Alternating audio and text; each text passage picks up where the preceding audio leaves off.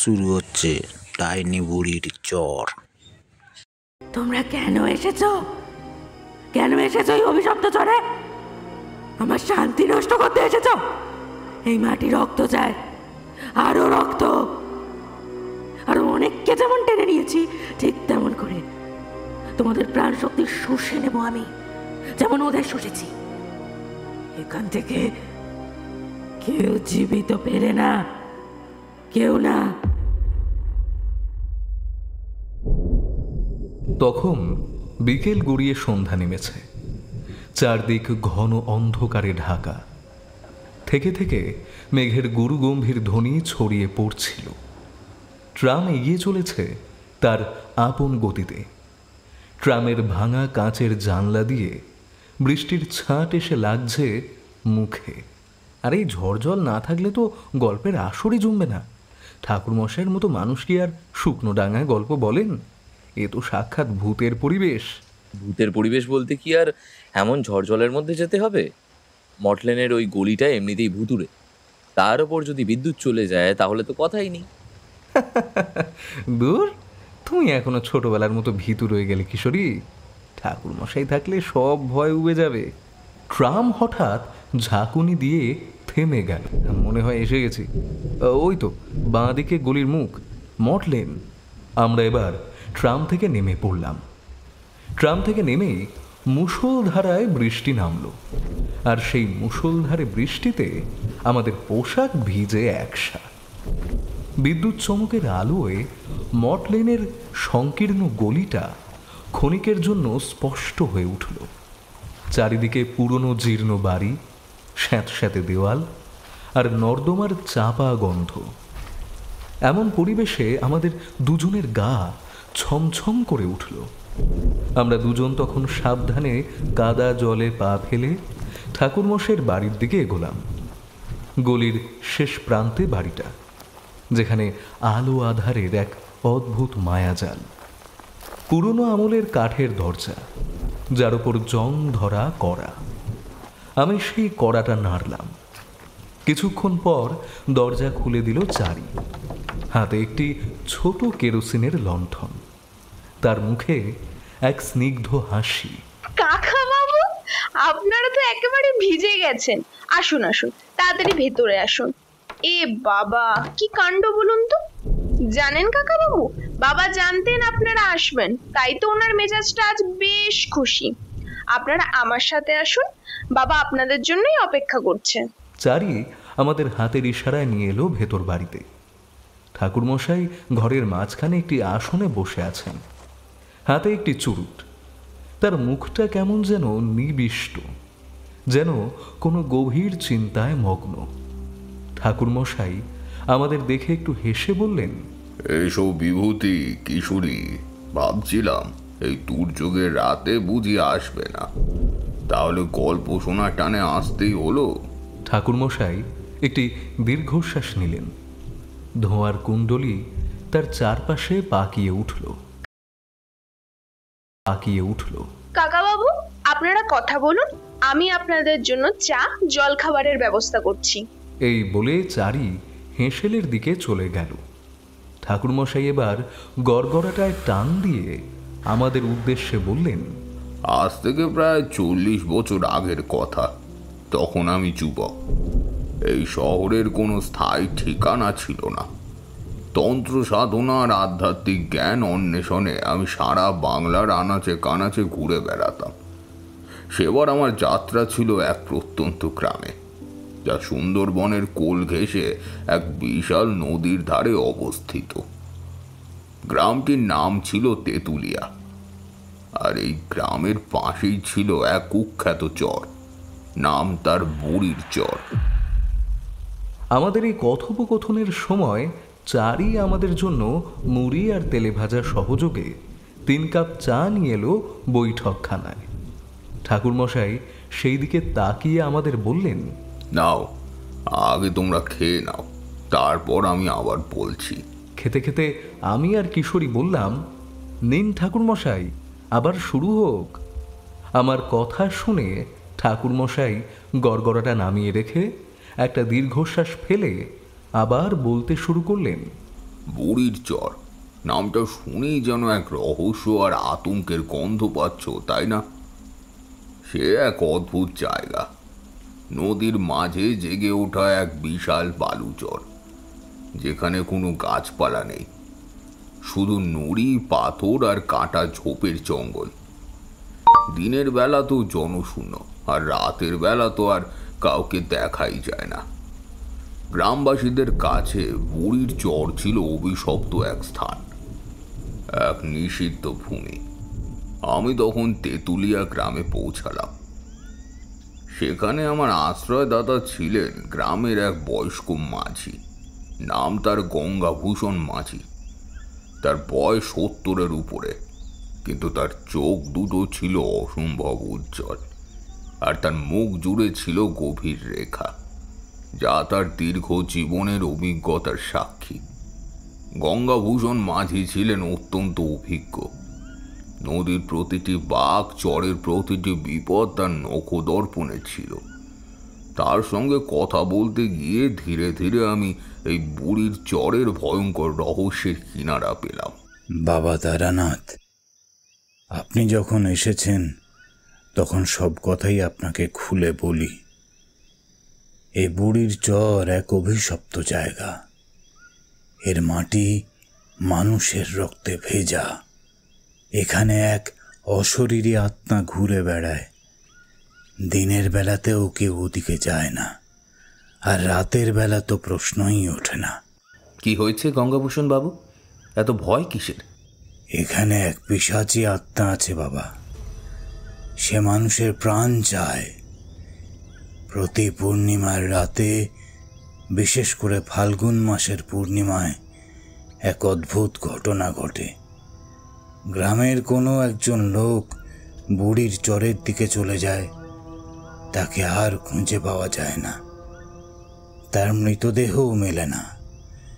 কেবল পরদিন চরের বালিতে এক অদ্ভুত আষ্টে গন্ধ আর কালো ছোপ দেখা যায়, যা দেখে সবাই বুঝতে পারে সে পিশাচির শিকার হয়েছে।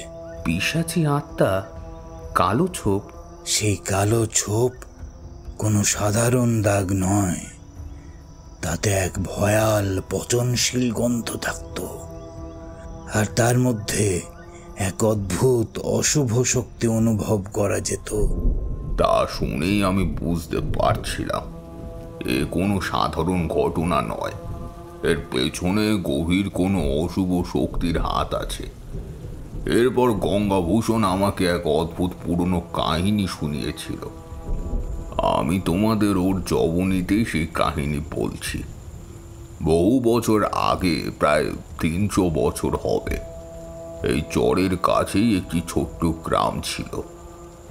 সেই গ্রামে এক বৃদ্ধা নারী বাস করত, যার নাম ছিল ময়না বিবি। যার কোনো আপনজন তেমন ছিল না। সে ছিল খুব দরিদ্র, কিন্তু তার এক অদ্ভুত ক্ষমতা ছিল। সে নাকি ভবিষ্যৎ দেখতে পেত। এমনই একদিন সকালে গ্রামের এক প্রান্তে একটি বট গাছের নিচে জড়ো হয়ে আছে গ্রামবাসী। তাদের চোখে কৌতূহল আর অবিশ্বাস মিশ্রিত এক দৃষ্টি। ময়না বিবি শান্তভাবে বসে আছেন একটি পিঁড়ির উপর। গ্রামের মাতব্বর করিম শেখ গলা খাকরি দিয়ে বলল, ময়না বিবি, আমরা আপনার কথা অনেক শুনেছি। গ্রামের মানুষের মুখে মুখে ফিরছে আপনার অলৌকিক ক্ষমতার গল্প, কিন্তু চোখে না দেখলে বিশ্বাস করি কি করে? বিশ্বাস তো হৃদয়ের ব্যাপার বাবা। চোখ তো শুধু পথ দেখায়। কিন্তু আজ যেহেতু তোমরা এত আগ্রহ নিয়ে এসেছ, কিছু তো দেখাতেই পারি। কি দেখতে চাও তোমরা? বেবি, আমার ছেলেটা কদিন ধরে জ্বরে ভুগছে। কোনো ওষুধেই কাজ হচ্ছে না। আপনি যদি একটু দেখেন। নিয়ে এসো তোমার ছেলেকে। এরপরে করিম তার রোগাক্রান্ত ছেলেকে ময়না বিবির সামনে নিয়ে আসে। ছেলেটি দুর্বল এবং চোখ বন্ধ করে আছে। ময়না বিবি চোখ বন্ধ করে কিছুক্ষণ স্থির থাকেন। তারপর তিনি তার হাত ছেলের কপালে রাখেন। ময়না বিবি একটি মাটির পাত্র থেকে জল নিয়ে ছেলের মুখে দেন। অবিশ্বাস্যভাবে জল পান করার কিছুক্ষণের মধ্যেই ছেলেটি নড়ে চড়ে ওঠে এবং চোখ খোলে। গ্রামবাসী বিস্ময়ে একে অপরের দিকে তাকায়। এ দৃশ্য দেখে অলি সাহেব চিৎকার করে বলে ওঠে, সত্যি এ যে অলৌকিক। কিন্তু বিবি, আমরা আরও কিছু দেখতে চাই। আসলে আপনার ক্ষমতা সম্পর্কে আমরা সকলেই জানি, কিন্তু এই মৃত গাছটিকে জীবিত করতে পারবেন? গ্রামবাসী আশঙ্কিত চোখে ময়না বিবির দিকে তাকায়। ময়না বিবি বট গাছের একটি শুকনো দিকে তাকান। তিনি আবারও চোখ বন্ধ করে গভীর ধ্যানে মগ্ন হন। কিছুক্ষণ পর তিনি তার হাত তুলে গাছটির দিকে ইশারা করেন। এরপর ময়না ওদের বললেও, প্রকৃতির নিয়ম কিছু উল্টানো অনেক কঠিন বাবা, কিন্তু তোমাদের বিশ্বাসই আমার শক্তি। এরপরে সকলেই দেখল আশ্চর্যজনকভাবে শুকনো গাছটিতে ধীরে ধীরে নতুন পাতা গজাতে শুরু করলো। সবুজ কচি পাতায় ভরে গেল ডালটি। গ্রামবাসী বিস্ময়ে হতবাক হয়ে যায়। তাদের মুখে আর কোনো সন্দেহ থাকে না। করিম শেখ সহ গ্রামের সকলেই বিবির কাছে মাথা নত করে বলল, আমাদের ভুল হয়ে গেছে ময়না বিবি, আমরা আপনাকে ভুল বুঝেছিলাম। আপনার ক্ষমতা সত্যিই অলৌকিক। আমরা আজ থেকে আপনার আদেশ মেনে চলব। বেবি, আপনি সত্যিই দেবী। আমাদের গ্রামে আপনার মতো মহৎ মানুষ আর কেউ নেই। জয় ময়না বিবির জয়, জয় ময়না বিবির জয়। তোমরা আমাকে দেবী বলো না, আমি তোমাদেরই একজন। শুধু ঈশ্বর আমাকে এই সামান্য ক্ষমতা দিয়েছেন যাতে আমি তোমাদের সেবা করতে পারি। মনে রাখবে, আসল শক্তি তোমাদের বিশ্বাসের মধ্যে আছে। তোমরা যদি এমনভাবেই একে অপরের প্রতি বিশ্বাস রাখো, ভালোবাসা রাখো, তাহলে সব কঠিন কাজই সহজ হয়ে যাবে। গ্রামবাসী মুগ্ধ হয়ে ময়না বিবির কথা শুনে। তাদের চোখে ভক্তি ও শ্রদ্ধার ছাপ স্পষ্ট। গ্রামের আকাশে তখন অলৌকিকতার রেশ লেগে আছে, যা গ্রামবাসীর মনে এক নতুন বিশ্বাস ও আশার জন্ম দেয়।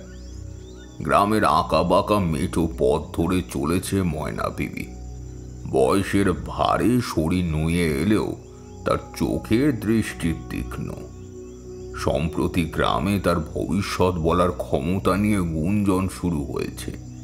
কেউ কেউ বলছে ময়না বিবি নাকি যা বলেন তা ফলে যায়।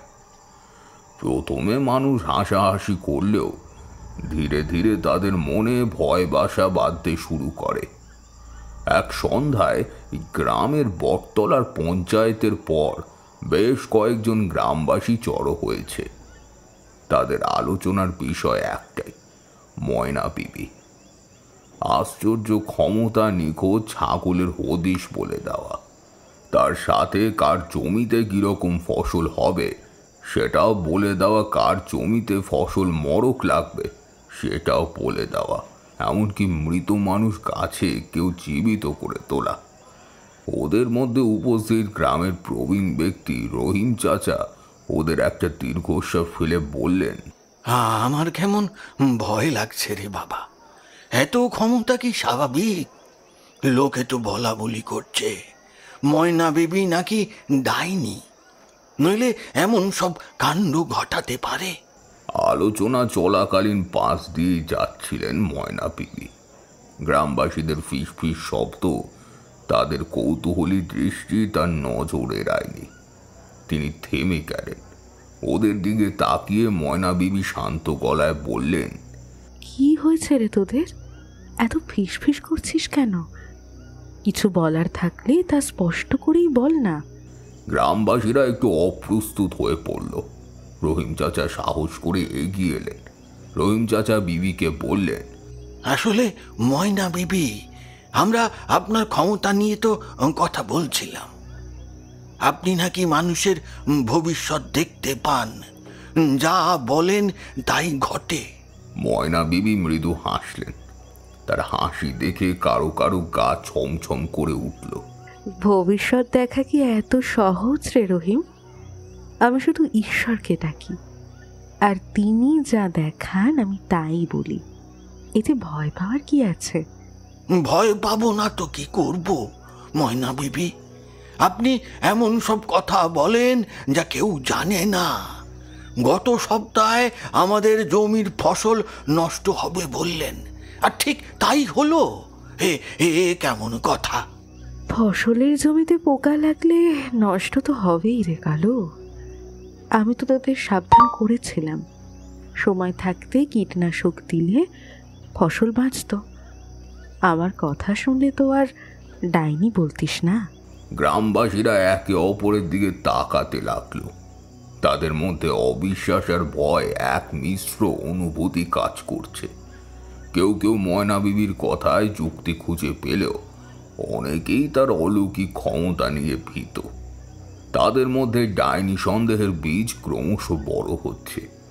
ময়না বিবি চলে গেলেন, কিন্তু তার কথা গ্রামবাসীদের মনে শান্তি আনতে পারল না, বরং তাদের মনে প্রশ্ন আরো গভীরে প্রথিত হলো। ময়না বিবি কি সত্যি একজন সাধারণ মানুষ, নাকি তার আড়ালে লুকিয়ে আছে অন্য কোনো রহস্য?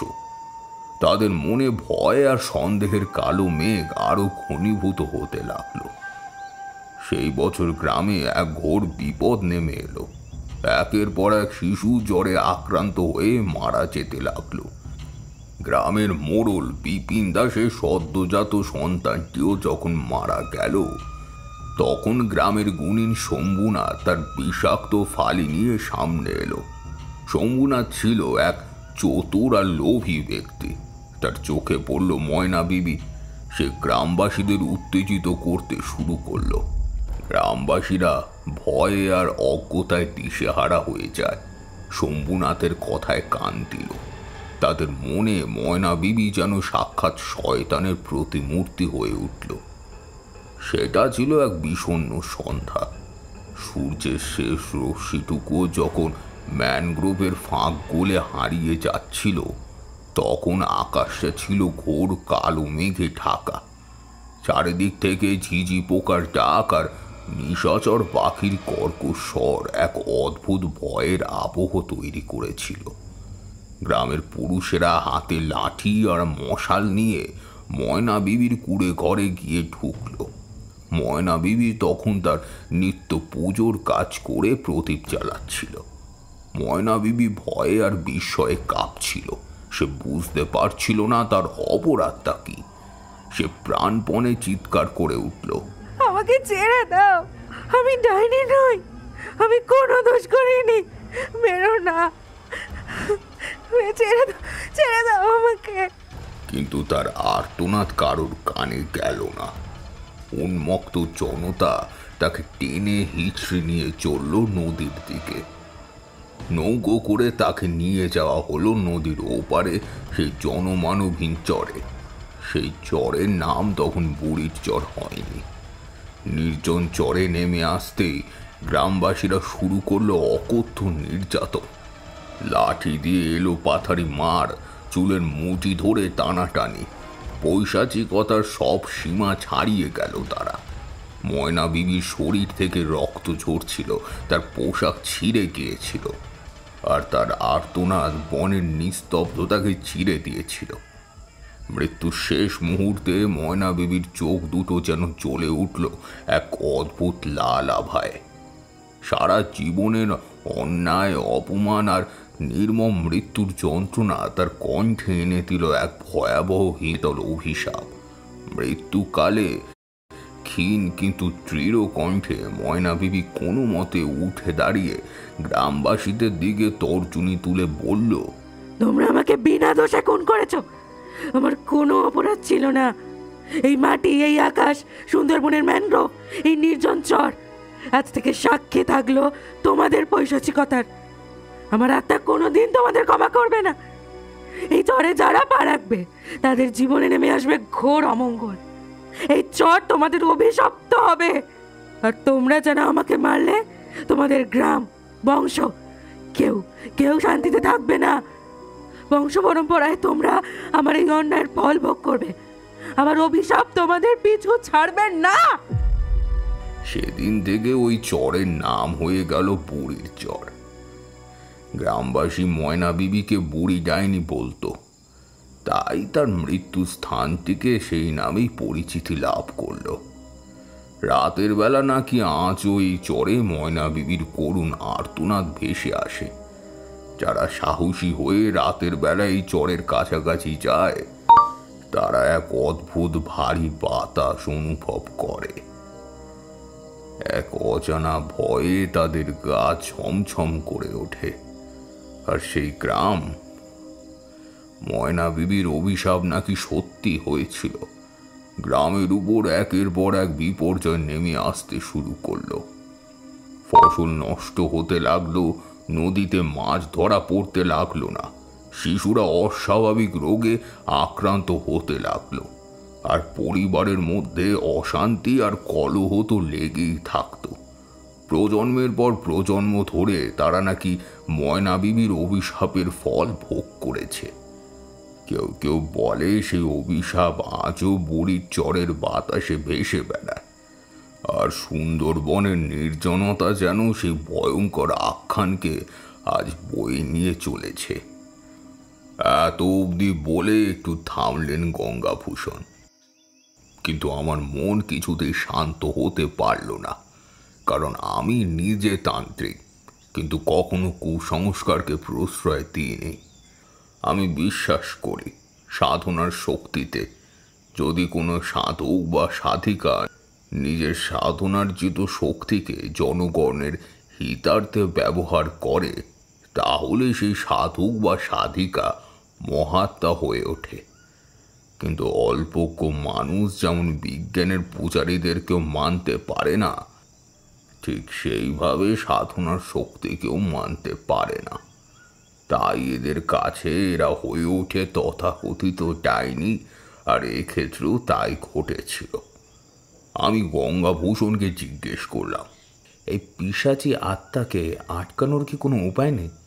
আপনারা কি কখনো কোনো তান্ত্রিকের সাহায্য নেননি? নিয়েছি বাবা, নিয়েছি। অনেক তান্ত্রিক এসেছেন, কিন্তু কেউ তাকে আটকাতে পারেনি।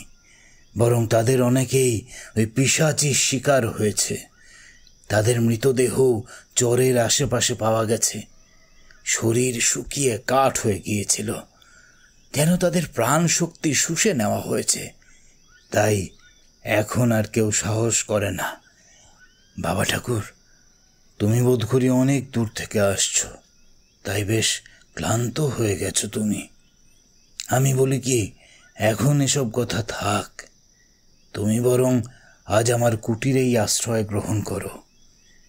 এই 18 ভাটির দেশ সুন্দরবনে খুব একটা কেউ আসে না। এখানকার ছড়িয়ে ছিটিয়ে থাকা দ্বীপগুলোর কয়েকটাতেই কিছু ছোট ছোট গ্রাম রয়েছে, আর বাকি বিশাল অংশ জুড়েই কেবল হোগলার বন, সুন্দরী বন রয়েছে। এখানে জলে থাকে কালু রায়ের পেয়াদারা, আর জঙ্গলে থাকে রাজা দক্ষিণ রায়ের সেনারা। আর এদের সবার উপরে, অর্থাৎ সুন্দরবনের হৃদয়ে বাস করেন আমাদের মা বনবিবি। এই 18 ভাটির দেশের রানী তিনি।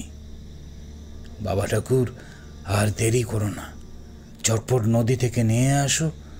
আমি ততক্ষণে তোমার থাকা খাওয়ার ব্যবস্থা করতেছি। এরপর গঙ্গাভূষণের আতিথ্য গ্রহণ করলাম আমি।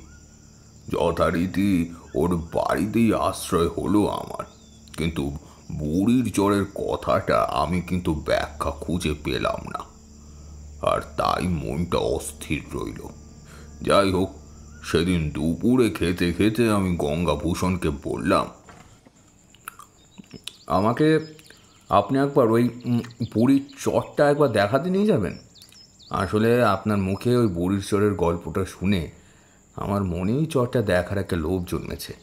আমি তান্ত্রিক সন্ন্যাসী মানুষ, যদি আপনাদের কোনো উপকারে লাগতে পারি তাহলে নিজেকে ধন্য মনে করব। বাবা ঠাকুর, তুমি নিশ্চয়ই আমার লাগে রসিকতা করতেছ। আজকের রাতটা সেই অশুভ রাত্রির আগমনের আগের রাত্রি। আগামীকাল পূর্ণিমার রাত। আর তার থেকেও বড় কথা হইল গিয়া, আগামীকাল পূর্ণিমার রাতে, আজ থেকে বেশ কয়েক বছর আগে, ওই রাতেই তো গ্রামের লোক ওই ময়না বিবিকে মেরেছিল ওই বুড়ির চরে। বাবা ঠাকুর, আমরা গ্রামের লোক কেউ কখনো যাই না ওই বুড়ির চরে। তেঁতুলিয়া থেকে নদী পথে একদম শেষ মাথায় হুগলার বন যেখানে নিচু হয়ে জলে মিশেছে, আর সাগরের নোনা জল যেখানে নদীর সাথে মিশেছে, ঠিক ওই সংযোগস্থলের পাশেই হুগলা বনের গা লাগোয়া চরটাই বুড়ির চর। প্রতি পূর্ণিমার রাতে জেগে ওঠে ওই চর। বাবা ঠাকুর, আমরা কেউই ভুলে ওই চরের দিকে যাই না, আর তুমিও যেও না ওখানে। ওখানে খারাপ শক্তি থাকে, তোমার বিপদ হতে পারে। গঙ্গাভূষণের কথায় স্পষ্ট ভয়ের ছাপ ছিল, কিন্তু আমিও কিছুতেই মাথা নত করব না। আর তাই মনে মনে ঠিক করে নিয়েছিলাম যে আজকে রাতেই আমি ওই বুড়ির চর দেখতে যাব। এরপর তেমন কিছুই হলো না। দুপুরের খাওয়া দাওয়ার পর যখন আমি আর গঙ্গাভূষণ ওর বাড়ির দাওয়ায় বসেছিলাম, ঠিক তখনই গ্রামের কয়েকজন যুবক ছুটে এলো গঙ্গাভূষণদের বাড়িতে। আর ওদের সকলের মুখেই ছিল আতঙ্কের ছাপ। ওদের দেখে গঙ্গাভূষণ উঠে দাঁড়িয়ে বলল, কে হলো রে সুধাংশু তোদের? তোরা এমন হপাচ্ছিস কেন? কাকা, কাকা, একটা সর্বনাশ হয়ে গেল। সর্বনাশ? কি বলছিস রে সুধাংশু? স্পষ্ট করে বল। রহিম আর নেই কাকা। বুড়ির চরে ওর লাশ পাওয়া গেছে। কেউ বুঝবার আগেই ওখানেই মরে পড়েছিল। সারা শরীরে কেমন যেন পোড়া পোড়া দাগ, মনে হলো যেন কিসে পুড়িয়ে দিয়েছে। কি বলছিস? পুড়িয়ে দিয়েছে? কে করেছে এমন কাজ? আমরাও সেটাই ভাবছি কাকা। আর বুড়ির চরে তো মানুষজন যায় না রাতে, দিনের বেলাতেও হাতে গোনা লোক। আর রহিমের তো কারোর সাথে কোনো শত্রুতা ছিল না। ওরে তোরা কি বুঝতে পারছিস না এই ঘটনা কিভাবে ঘটলো? ওটা বুড়ির চর, অর্থাৎ বুড়ি ডাইনির নরককুণ্ড। ওখানে যদি কেউ একবার যায় তাহলে, আমি তোদের বারবার বারণ করতাম যে ওই দিক পানে যাস না, কিন্তু তোরা তো আজকালকার ছেলে, তোদের রক্ত গরম। বয়স্কদের নিষেধ কেনই বা শুনবি? আর তাই দেখ, সর্বনাশটা ঘটেই গেল। রহিমের মৃতদেহ এতক্ষণে নিশ্চয়ই বাদার বনের কামটের পেটে চলে গেছে। বুড়ি ডাইনির মৃত্যুক্ষেত্রে এই আসন্ন পূর্ণিমার রাতে যে প্রবেশ করবে তার পরিণতি এমন হবে। বাবা ঠাকুর, বুড়ির চরের আতঙ্ক আর অভিশাপ আবারও কেড়ে নিল এক তরতাজা প্রাণ। আবারও প্রমাণিত হলো বুড়ির চরে আজও সেই বুড়ি ডাইনি থাকে। এই আসন্ন পূর্ণিমার রাতে সক্রিয় হয়ে ওঠে বুড়ি ডাইনি, আর পূর্ণিমার রাতে গোটা 18 ভাটির দেশ সাক্ষী থাকে বুড়ি ডাইনির জাগরণের। সেই দিন রাতে মৃত্যু মিছিল ঘটে এই 18 ভাটির দেশে। গঙ্গাভূষণের কথাগুলো উড়িয়ে দিলাম না, কিন্তু মনে মনে একটা জেদ চেপে বসল বুড়ির চরে যাবার। যাই হোক, সেদিন রাতে খাওয়া দাওয়ার পর্ব মিটিয়ে যখন সবাই ঘুমাতে গেল, তখন আমি গঙ্গাভূষণকে কিছু না জানিয়েই হাতে একটা প্রদীপ জ্বালিয়ে ধীরে ধীরে বুড়ির চরের উদ্দেশ্যে রওনা দিলাম। বুড়ির চর যেতে হলে আমাকে নৌকায় যেতে হবে, কিন্তু এত রাতে স্বাভাবিকভাবেই নৌকা পাওয়া মুশকিল। আর যদিও বা থাকে, কিন্তু সে আমাকে কিছুতেই এত রাতেও নির্জন বুড়ির চরে নিয়ে যাবে না। তোমরা তো জানোই আমি গ্রামের ছেলে। ছোটবেলা থেকেই ছোট ছোট ডিঙিতে করে বর্ষায় নদীতে বন্ধু বান্ধবদের সাথে মাছ ধরতে যেতাম, আর সেখান থেকেই আমি নৌকা চালানো শিখেছিলাম। আর তাই আজ নিজের সেই বিদ্যের উপর ভরসা করে আমি এগিয়ে গেলাম নদীর পাড়ে। আর সেখানে গিয়ে দেখলাম একখানা ছোট ডিঙি নৌকা সেখানে রাখা আছে। তারপর ওটার উপর উঠে দাঁড়িয়ে বইতে বইতে ওটাকে জলের দিকে নিয়ে এলাম। আর তারপর গঙ্গাভূষণের বলা পথ ধরে এগিয়ে চললাম বুড়ির চরের দিকে। নিস্তব্ধ রাত্রিতে মরা চাঁদের ম্লান আলোয় আমার দুপাশের 18 ভাটির নৌকা আর হোগলার বনকে অপার্থিব মোহময় লাগছিল। দূরে হোগলার বন থেকে ঝিঝি পোকার ডাক আমার কানে ভেসে আসছিল, আর সেই সঙ্গে রাত জাগা পাখির করুণ ডাক শুনতে পাচ্ছিলাম আমি। এইভাবে হোগলার বনের পাশ দিয়ে নদীর উপর নৌকা নিয়ে যেতে যেতে আমি এক সময় দেখতে পেলাম সরু নদীটার সামনের দিকটা ক্রমশ চওড়া হয়ে উঠেছে আর দূর থেকে, আর আমার ঠিক পাশেই হোগলার বন নিচু হয়ে এসেছে। অর্থাৎ আমি বুড়ির চরে পৌঁছে গেছি। এবার আমি নৌকোটাকে কিনারায় নোঙর করে উঠে এলাম পাড়ে। হোগলার বনের ভেতরের অন্ধকারটা একটু বেশি মরা জ্যোৎস্নার ঠিক মতো পাতার ফাঁক দিয়ে প্রবেশ করতে পারছিল না, তাই আলো আঁধারির খেলা চলছিল ওখানে। আমি এবার হোগলার বন ধরে এগিয়ে গেলাম সামনের দিকে, আর কিছুটা এগোনোর পর আমি এসে উপস্থিত হলাম একটা খোলা চরের উপর। এখানে হোগলার বন নেই, এর চারপাশে কেবল জলাভূমি, যেটাকে এখানকার স্থানীয় লোকেরা বাঁধা বলে ডাকে, আবার কেউ কেউ হাওড় বলেও ডাকে। চরে প্রায় মাঝখানে এসে প্রদীপের আলোতে যা দেখলাম তাতে আমার পায়ের তলার মাটি যেন সরে গেল। বালির উপর রক্তের ছাপ স্পষ্ট। তাজা রক্ত নয়, কিন্তু শুকিয়ে কাঠ হয়েছে, তার বিভীষিকা কমেনি। একটা ছাপ নয়, অনেকগুলো ছাপ, যেন কেউ টেনে হিচড়ে নিয়ে গেছে কাউকে। আমার মন বলছিল এ কোনো সাধারণ ঘটনা নয়, এর পেছনে লুকিয়ে আছে এক অতৃপ্ত আত্মা। এই ধরনের পরিস্থিতিতে মাথা ঠান্ডা রাখাটা খুব জরুরি। আমার ষষ্ঠ ইন্দ্রিয় জানান দিচ্ছিল ময়না বিবির অতৃপ্ত আত্মা এখানেই ঘোরাফেরা করছে। শুনেছি এই চরেই তাকে নৃশংসভাবে হত্যা করা হয়েছিল। তার অতৃপ্ত আত্মা নাকি আজও শান্তি পায়নি। আমি গলা পরিষ্কার করে ডাকলাম, কে আছো এখানে? যদি কোনো আত্মা থেকে থাকো আমার সামনে এসো। আমি তারানাথ, তোমার কষ্ট লাঘব করতে এসেছি। বাতাসে একটা শিরশিরে অনুভূতি হলো, যেন অদৃশ্য কিছু আমার পাশ দিয়ে চলে গেল। মনে হলো ময়না বিবি আমার পাশেই দাঁড়িয়ে আছে, কিন্তু তাকে দেখতে পাচ্ছি না। আর তীব্র কষ্টের অনুভূতি যেন আমাকে ছুঁয়ে যাচ্ছিল। ময়না বিবি, তোমার আত্মা এখনো কেন এখানে আটকে আছে আমি তা জানি। তুমি শান্তি পাওনি, কারণ তোমার উপর অবিচার হয়েছে। কিন্তু এই ক্রোধ আর যন্ত্রণা তোমাকে মুক্তি দেবে না। তুমি যদি আমার কথা শুনতে চাও তবে শান্ত হও, আমি তোমার মুক্তির পথ খুঁজে দেব। আমার কথা শেষ হতেই বাতাসের বেগ আরো বেড়ে গেল। ঝোপঝাড়গুলো যেন ভয়ে কেঁপে উঠল।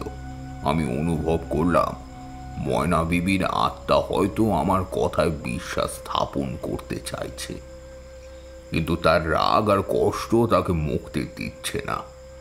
আমি জানি এই পথ সহজ হবে না, কিন্তু আমি তারানাথ। লক্ষ্য করলাম চরের এক বিশেষ ঢিবির কাছে, যেখানে ময়না বিবিকে কবর দেওয়া হয়েছিল বলে মনে করা হতো।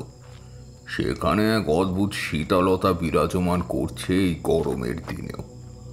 আর মাঝে মাঝে মনে হতো কেউ যেন ফিস ফিস করে কিছু বলছে, কিন্তু শব্দগুলো স্পষ্ট নয়। হ্যাঁ, ভয় পেয়েছি। ভয় মানুষকে সচেতন করে, কিন্তু তন্ত্র সাধকের কাছে ভয় একই রকম শক্তি।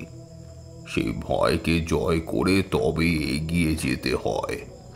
এরপর আমি চর থেকে নেমে এলাম, আবারও হোগলার বনে, আর তারপর ধীরে ধীরে হোগলার বন পেরিয়ে নদীর পাড়ে নৌকাটার কাছে চলে এলাম। আর তারপর নৌকায় উঠে যেই আমি দাঁড় পাইতে যাব, অমনি আমি দেখতে পেলাম দূরে বুড়ির চরের একদম প্রান্তে সাদা শাড়ি পরিহিতা এক নারী মূর্তিকে মরা জ্যোৎস্নার দিকে তাকিয়েছিল সেই নারী মূর্তি। আর ওর চারপাশে হাওয়ার উপর ভর করে একরাশ অপার্থিব আলোর মতো আলো ভেসে আসছিল। এই দৃশ্য দেখে আমার সর্বাঙ্গে হিমশীতল স্রোত বয়ে গেল, কিন্তু আমি সাহস হারালাম না। এবার আমি বুঝতে পারলাম এই চরে সত্যি অতৃপ্ত আত্মার আবাসস্থল আছে। এই কারণেই গ্রামবাসীরা একেও এড়িয়ে চলে। যাই হোক, সেদিক থেকে দৃষ্টি সরিয়ে নৌকা নিয়ে এগিয়ে চললাম তেঁতুলিয়া গ্রামের দিকে।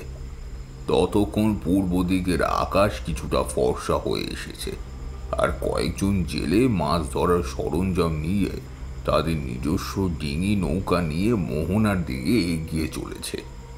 ওই সমস্ত কিছু দেখতে দেখতে আমি এসে পৌঁছালাম তেঁতুলিয়া গ্রামের নদীর পাড়ে। এদিকে আমাকে সারা রাত দেখতে না পেয়ে গঙ্গাভূষণ বেশ অস্থির হয়ে পড়েছিল। আমাকে দেখে বললেন, কি ব্যাপার বাবা ঠাকুর, কাল সারা রাত তুমি কোথায় ছিলে? আমি বুড়ির চরে গিয়েছিলাম। আমার এই কথা শুনে গঙ্গাভূষণ ভীতু গলায় আমায় বললেন, বাবা ঠাকুর, মা বনবিবির অশেষ কৃপা আছে তুমি সশরীরে আবার এখানে ফিরতে পেরেছ। বাবা ঠাকুর, তোমাকে তো আগেই বলেছিলাম ওই চরে কোনো মনুষ্য যায় না। ওটা ডাইনির বিচরণ ক্ষেত্র, ওটা সাক্ষাৎ মৃত্যুক্ষেত্র। দেখুন, ভয়ের কোনো ব্যাপার নেই। আমি প্রেতসিদ্ধ তান্ত্রিক, আর আমি আপনাদের এই সমস্যার সমাধান করার জন্যই গতকাল ওখানে গিয়েছিলাম। আর এর সমাধান একটাই, আপনাদের সকল গ্রামবাসীদের আজ ঠিক মধ্যরাতে, যখন পূর্ণিমার চাঁদ ঠিক মধ্য গগনে থাকবে, তখন আমার সাথে বুড়ির চরে যেতে হবে।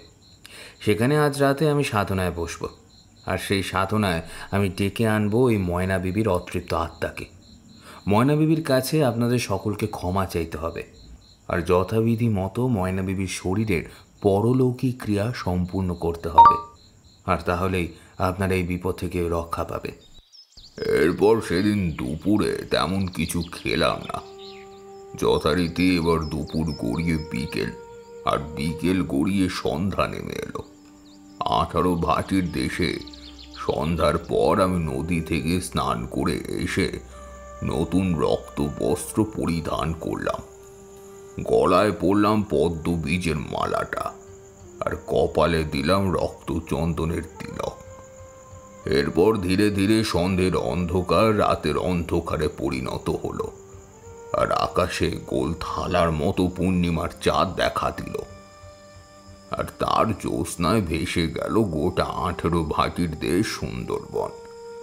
রাত গভীর হতেই ওই সমস্ত যুবকেরা সকলে গঙ্গাভূষণের বাড়িতে এসে উপস্থিত হলো। আর এবার ওদের মধ্যে একজন আমাকে বলল, ঠাকুরমশাই, আমরা বুড়ির চরে যাওয়ার জন্য প্রস্তুত। এরপর আমি আর গঙ্গাভূষণ ওদের সকলকে নিয়ে রওনা দিলাম বুড়ির চরের উদ্দেশ্যে। একটা বড় নৌকা করে আমরা নদী ধরে এগিয়ে গেলাম সেই হোগলা বনের দিকে, যেখানে অবস্থিত ছিল বুড়ির চর। পূর্ণিমার জ্যোৎস্নায় দুপাশের হোগলা বন কোনো রূপকথার গল্পের স্বপ্নপুরীর মতো মায়াবী লাগছিল। বনের মধ্য থেকে রাত জাগা পাখির ডাক আর সেই সঙ্গে শেয়াল হায়নাদের ডাক পরিবেশটাকে আরো ভৌতিক করে তুলেছিল। এই সমস্ত কিছু দেখতে দেখতে অবশেষে এসে উপস্থিত হলাম হোগলার বনের প্রান্তে, যেখানে বুড়ির চর অবস্থিত। এবার আমরা নেমে পড়লাম নৌকা থেকে, আর তারপর আমি ওদের নিয়ে ওই ঢিবির কাছে গেলাম যেখানে এক সময় ময়না বিবিকে কবর দেওয়া হয়েছিল।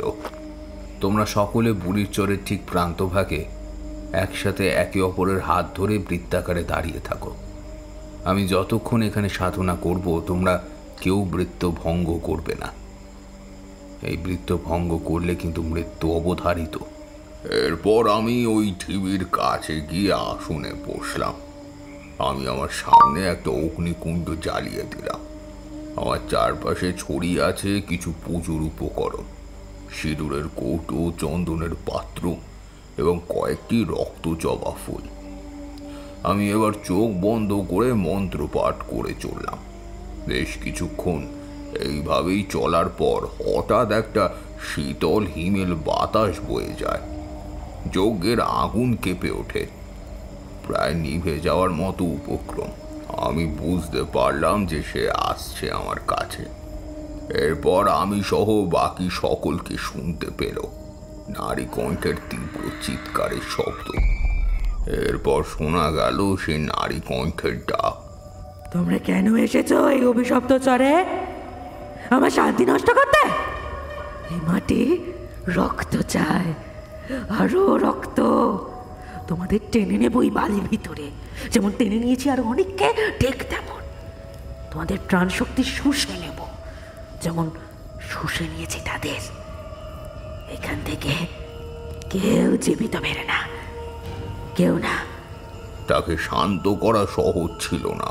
তার ক্রোধ, তার যন্ত্রণা সব যেন এক অশরীরী রূপ নিয়ে আমার সামনে দাঁড়িয়েছিল। আমি বুঝতে পারছিলাম আজ যদি তাকে থামানো না যায় তবে বুড়ির চর আরো অনেক নির্দোষ মানুষের রক্তে রঞ্জিত হবে। আমি এক দীর্ঘ সাধনা শুরু করলাম। মন্ত্রের পর মন্ত্র জপ করতে লাগলাম, যা সেই পিশাচকে শান্ত করতে পারে, কিন্তু তার প্রতিরোধে শক্তি ছিল অবিশ্বাস্য। মনে হচ্ছিল যেন সে আমার সমস্ত শক্তি শুষে নিতে চাইছে। কিন্তু আমি জানতাম আমাকে হার মানলে চলবে না। ওই গ্রামের বহু মানুষের জীবন আমার হাতে ছিল। আমি তাকে বোঝানোর চেষ্টা করলাম যে এই প্রতিশোধ তাকে কেবল আরো যন্ত্রণার দিকে ঠেলে দেবে। আমরা সকলেই দেখলাম চরের উপর একটা মাটির টিলার উপর সাদা শাড়ি পরিহিত এক মধ্যবয়সী বিধবা মহিলা। সর্বাঙ্গে ছিল বিভৎস সব ক্ষতের দাগ, চোখে ছিল অসম্ভব ঘৃণা আর প্রতিশোধের আগুন। ওই ভয়াবহ রূপ আজও কল্পনা করলে সর্বাঙ্গে হিমশীতল স্রোত বয়ে যায় আমার। এবার ওই মূর্তি আমার দিকে তাকিয়ে বলল, আমার অশান্তি তুই দূর করবি? মূর্খ, তুই তো কিছুই জানিস না। এই মাটি কিসের সাক্ষী? আমার রক্তের দাগটাই শুকোয়নি এখনো। তার গন্ধে মিশে আছে এই মাটি, আর অভিশাপের চিহ্ন সে তো এই চরের প্রত্যেকটা ধূলিকণায়। আমি জানি তোমার কষ্ট হচ্ছে ময়না বিবি।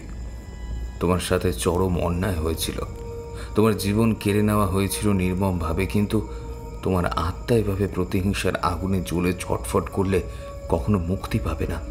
এই বন্ধন তোমাকে শুধু যন্ত্রণা দিচ্ছে। মুক্তি? কিসের মুক্তি? যারা মিথ্যেকে আশ্রয় করে আমার জীবন কেড়ে নিয়েছে তার বিচার না হলে আমি মুক্তি চাই না।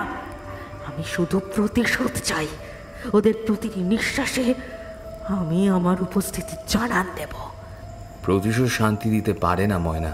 প্রতিশোধ কেবল নতুন করে জ্বালা সৃষ্টি করে, প্রতিহিংসার এক অন্তহীন চক্র তৈরি করে। তোমার আত্মা এই মুহূর্তে প্রতিহিংসার আগুনে পুড়ে ছাই হচ্ছে। তোমার কষ্ট বাড়ছে, বই কমছে না। এইবার হঠাৎ করে ময়না বিবির অতৃপ্ত আত্মা তীব্র আক্রমণাত্মক হয়ে ওঠে। চারপাশের বাতাস যেন ঠান্ডা হয়ে আসে। অশ্বত্থ গাছে শুকনো পাতাগুলো প্রবল বেগে ঝরে পড়তে শুরু করে। গর্জন করে ময়না বিবির অতৃপ্ত আত্মা আমাকে বলল, তুই তুই তুই ভণ্ড, তুই ওদেরই একজন। এই চরে আমার আধিপত্য ভাঙতে এসেছিস, আমাকে থামাতে এসেছিস। আমি তোকে ছাড়বো না। এই চর তোর রক্তে ভাসিয়ে দেব, তোর প্রতিটা হাড় আমি গুঁড়ো গুঁড়ো করে দেবো এখানে। আমি এবার দেখলাম বাজার জলাভূমি থেকে শয়ে শয়ে কামটের দল আমাদের দিকে উঠে আসছে।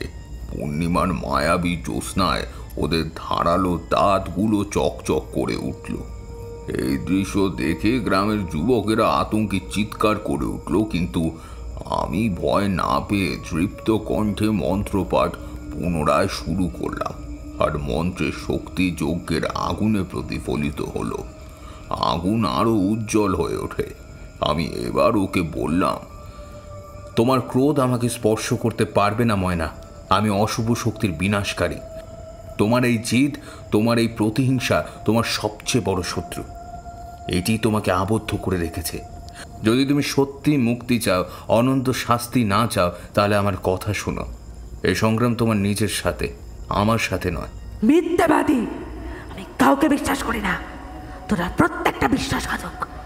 তোরা শুধু ক্ষতি করতে জানিস, শুধু ক্ষতি। যারা তোমার ক্ষতি করেছে তাদের প্রতি ক্ষমতাশীল হয়ে ওঠো। এই পাপচক্র থেকে বেরিয়ে আসো ময়না। আমি তোমাকে সাহায্য করব।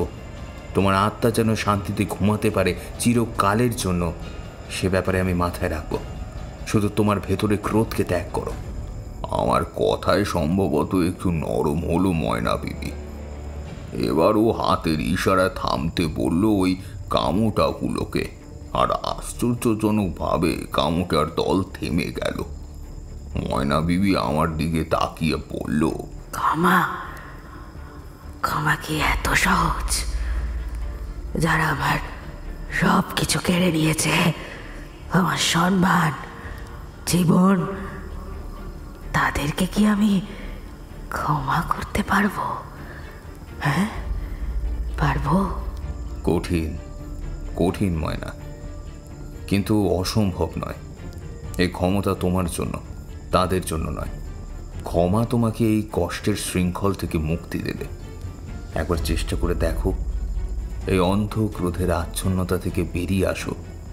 আমি মন্ত্র পাঠ করছি, তুমি চোখ বন্ধ করে তোমার সমস্ত কষ্ট, সমস্ত ঘৃণা সব ছেড়ে দাও। নিজেকে মুক্ত করো। এই জ্বরের প্রতি তোমার মায়া ত্যাগ করো। আমি এবার পুনরায় আবার শক্তিশালী কণ্ঠে মন্ত্র পাঠ শুরু করলাম। আমার কণ্ঠস্বর যেন প্রতিটি শব্দে শক্তি সঞ্চয় করছে। যজ্ঞের আগুন দাউ দাউ করে জ্বলে ওঠে, শিখাগুলো আকাশের দিকে উঠে যায়। জ্বরের বাতাস ক্রমশ উষ্ণ হতে শুরু করে, যেন সমস্ত নেতিবাচক শক্তি পুড়ে ছাই হয়ে যাচ্ছে। ময়না বিবির আর্তনাদ ধীরে ধীরে ক্ষীণ হতে থাকে। অবশেষে একটা দীর্ঘ মৃদু ক্রন্দনের পর সবকিছু শান্ত হয়ে যায়। বাতাসে মৃদু ফিসফিসানি শোনা যায়, যেন ময়না বিবির আত্মা চিরশান্তির পথে এগিয়ে যাচ্ছে। আমি এবার দীর্ঘশ্বাস ফেলে চোখ বন্ধ করে একবার মাথা নাড়লাম। আমার মুখে একটা প্রশান্তির হাসি ফুটে উঠল। আমি নিজের মনেই বলে উঠলাম, অবশেষে শান্তি পেল ময়না বিবি। তোমার আত্মা এবার মুক্ত। আপনারা সবাই এই ঢিবিটার মাটি খুঁড়ে ময়না বিবির মৃত কঙ্কালটাকে বের করে আনুন, আর এর সাথে কিছু কাঠ নিয়ে একটা চিতা তৈরি করুন। আজ ময়না বিবির শেষকৃত্য সম্পূর্ণ করা হবে। আমার নির্দেশ মতো মাটি খোঁড়ার কাজ শুরু করা হলো, আর ঠিক মাটির ভেতর থেকে ময়না বিবির কঙ্কালটা বেরিয়ে আসে। আর ওদিকে ততক্ষণে হোগলার বনের ধারে চিতাও প্রস্তুত হয়ে যায়। আমি এবার পবিত্র গঙ্গা জল দিয়ে শুদ্ধ করলাম ওই মৃতদেহটাকে, আর তারপর পূর্ণ মর্যাদার সাথে চিতায় আগুন দেওয়া হলো। আর এবার সকল গ্রামবাসীরা ওই চিতার সামনে গোল হয়ে বসে থাকলো। একজন বলল, আমাদের ক্ষমা করে দাও ময়না বিবি। আমরা অজ্ঞানতার বশে তোমায় ডাইনি সন্দেহ করে খুন করেছিলাম এই স্থানে। তোমায় কষ্ট দিয়েছিলাম, আমাদের ভুল আমরা বুঝতে পেরেছি। ক্ষমা করে দাও ময়না বিবি, আমাদের তুমি ক্ষমা করে দাও। তোমার মুক্তি হোক, ফিরে যাও অমৃত লোকে তুমি। ঘরের হ্যারিকেনের আলো টিমটিম করছে। আমি আর কিশোরী নীরব হয়ে বসে আছি। ঠাকুরমশাই, এই যে আমরা অদ্ভুত অস্থিরতা অনুভব করছিলাম, এর সঙ্গে কি বুড়ির জ্বরের ঘটনার কোনো সম্পর্ক আছে? প্রকৃতির কিছু রহস্যময় শক্তি আছে যা মানুষের বোঝার বাইরে।